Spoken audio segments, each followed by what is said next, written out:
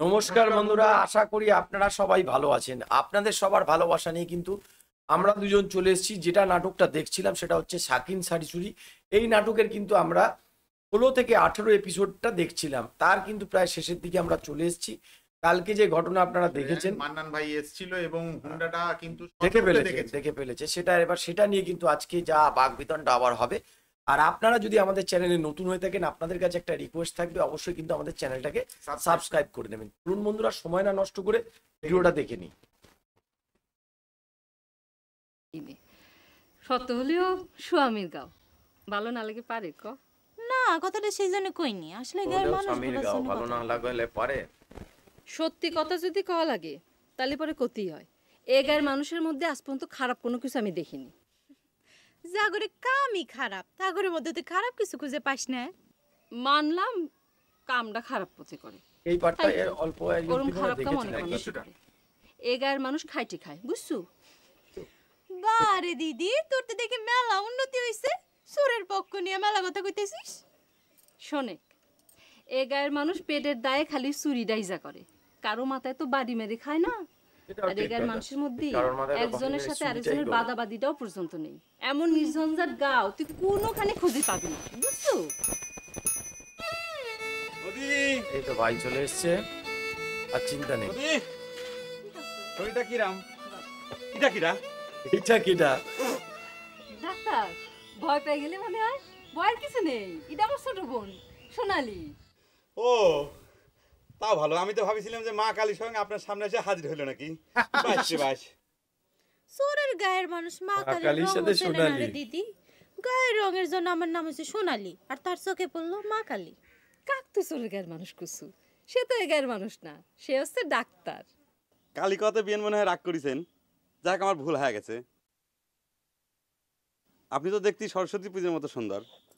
যাই হোক, বৌদির বাসা আপনাকে দেখে বুঝছেন আমি মনে করেছিলাম যে কালী।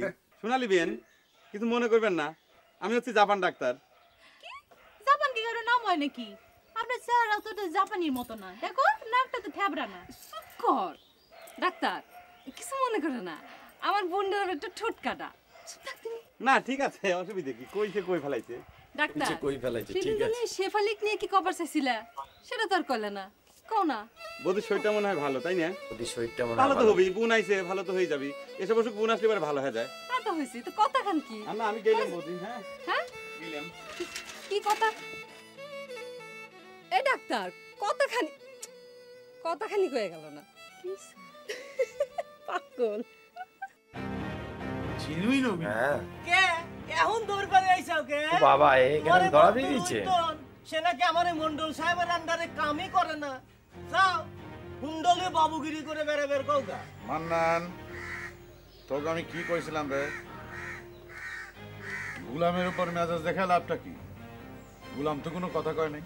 কিন্তু ব্যাপারটাকে সালটাচ্ছে, বুঝেছেন তো? আপনারা হয়তো আমাকে ভুল না বোঝেন, সেই জন্যই তো দূর পাইরে চলে আইছি। তার মানে গ্রামের সকলে মিলে তোকে একসাথে মাপসাবের পাঠাই নেই, তুই একাই চলে আসলু?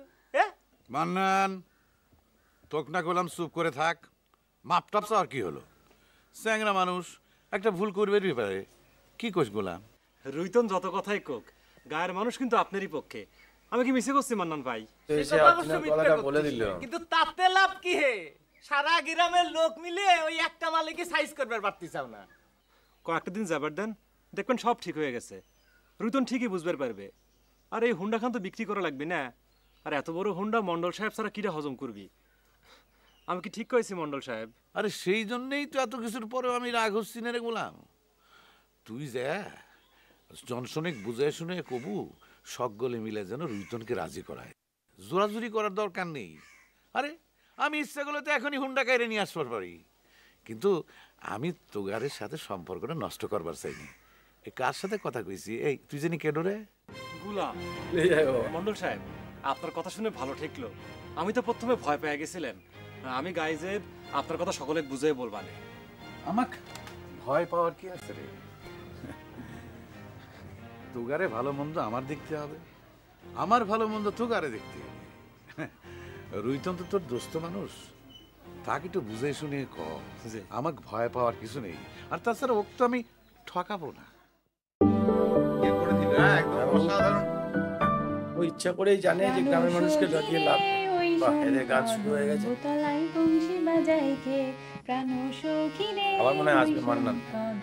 তলায় বংশী বাজাই কে। বাবা সারিসুরি গায়ের গোলমাল সাহেবের দেখার পর থেকে তোর গানের তুফান উঠতেছে। হবার পারে, তোর কাছে মিথ্যে কব না, তাক দেখার পর থেকে মনে হচ্ছে শুধু গানই কই। নে তাহলে তো হয়ে গেল। কি হয়ে গেল? নেকা বোঝো না কি হয়ে গেল? কি হয়েছে? তাক না দেখলে পুরো গানই কবির ইচ্ছে করে না, আর দেখার পর থেকে গানের খই ফুটতেছে। এরপরে ভেঙে কওয়া লাগবে কি হয়ে গেল। হয় কোয়া লাগবে। অসাধারণ অভিনয়। এই যে আবার বিল হয়ে গেছে। আমার বিলেই তো আমাকে সারিয়ে মারবে, শালা পাইলে শালা থেতানি দিয়ে ঠিক করে ফেলতাম। রঞ্জু ভাই কি করছেন একলা একলা? সেবারে তুমি, আমি তো ভাবলাম বিলই রাখতেছে। কে আমার গলা কি বিলের মতো শোনা যায়? না না, তোমার গলা বিলের মতো হবে কি জন্য? তো ভাবলাম বিলের গলাই তোমার মতো হয়ে গেছে।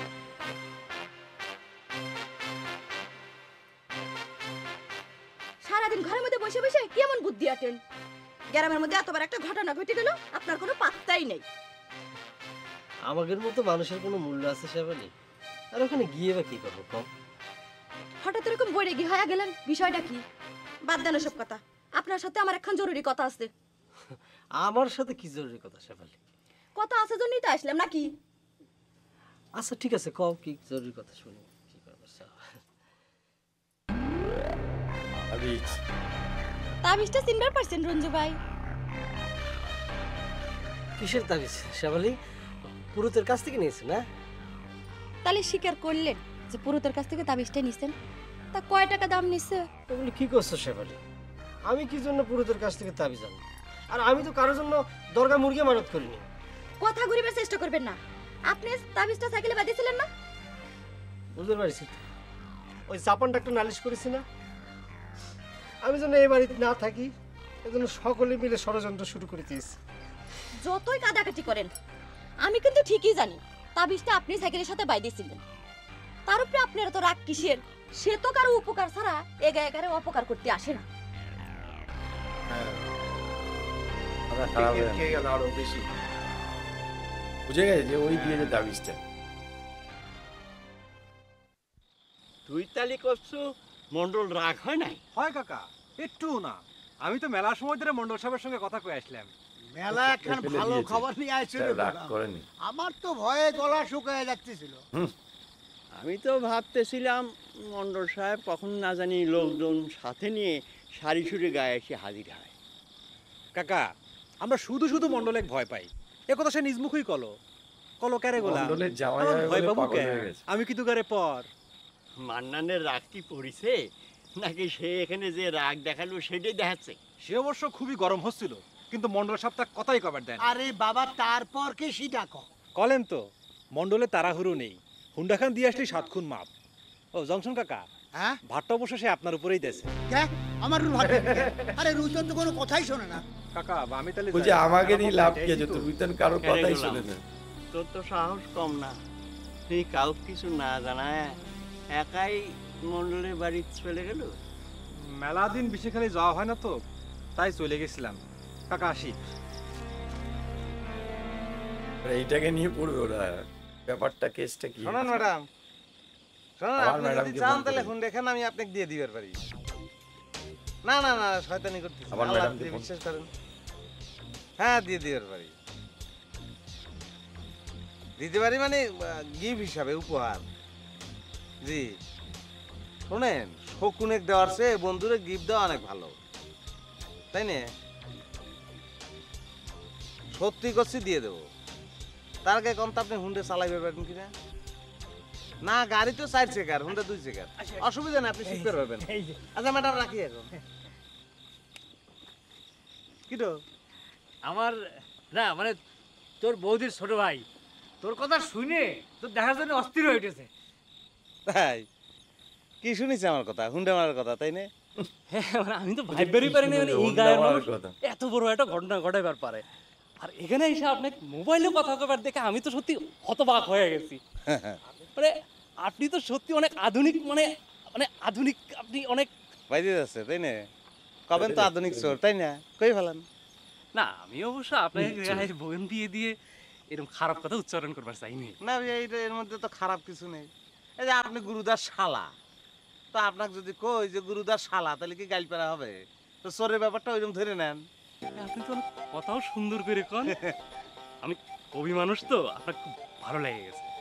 আরে খালি শুধু আমার শালাই না, ওর বোন মানে আমার শালিও তো দেখার জন্য অস্থির হয়ে উঠেছে। তো লিয়ে আসতা, দরকার বিয়ে না ঘুরাই দিতাম। তো বিয়াই কবিতা টবিতা লেখেন, বইটই বেড়েছে না, ছাপা হয়নি। আর দূর তালিবারে আপনি কিরাম কবি? এই যে এতক্ষণ মোবাইলে কথা বললাম না, বই বেরিয়েছে কবি। আপনি কবিতার বইও পড়েন?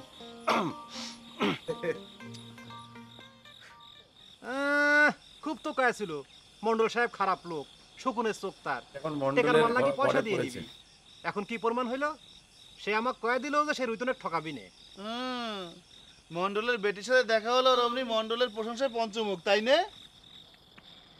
তোর চোখ মুখ দেখি বোঝা যাচ্ছে মন্ডলের বেটির সাথে আজকে ভালোভাবে কথা হয়েছে।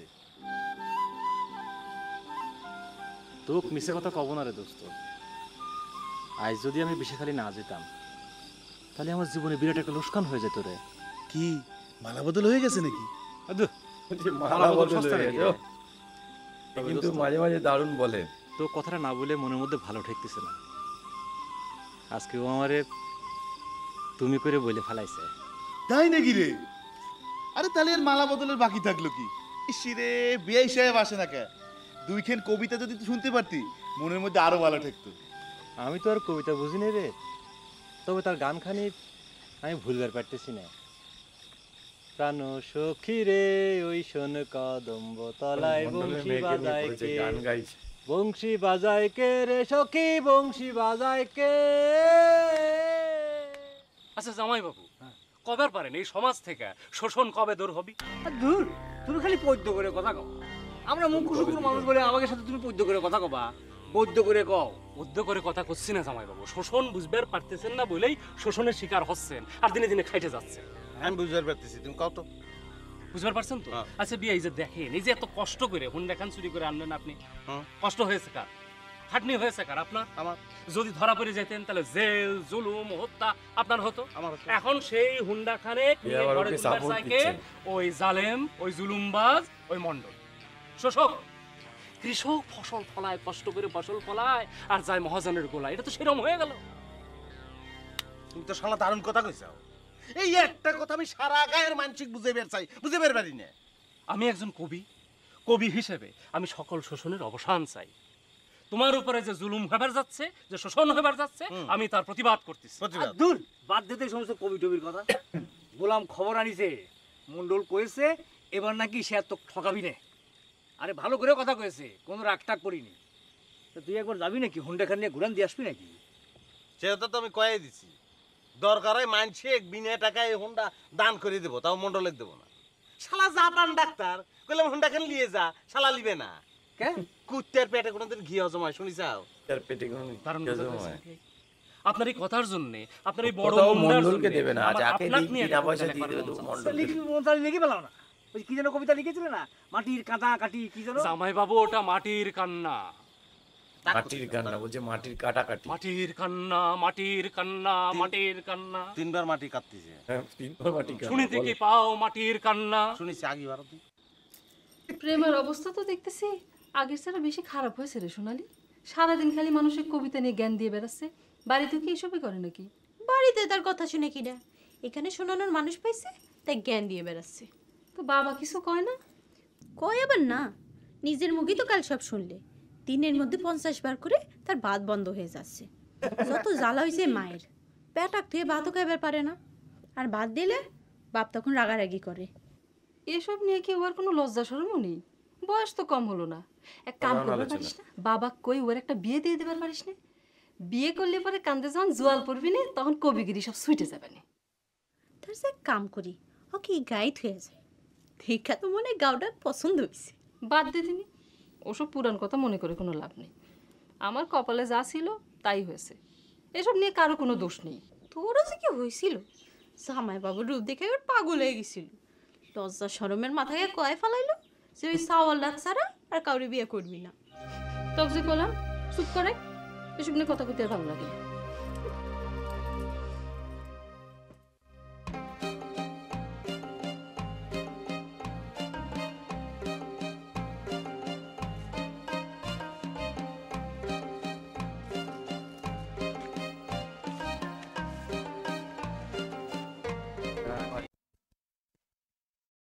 তো বন্ধুরা, দেখলাম অসাধারণ একটা এপিসোড। সত্যি কথা বলতে যতই নাটকটা আমরা দেখছি ততই কিন্তু এই নাটকের প্রেমে আমরা পড়ে যাচ্ছি।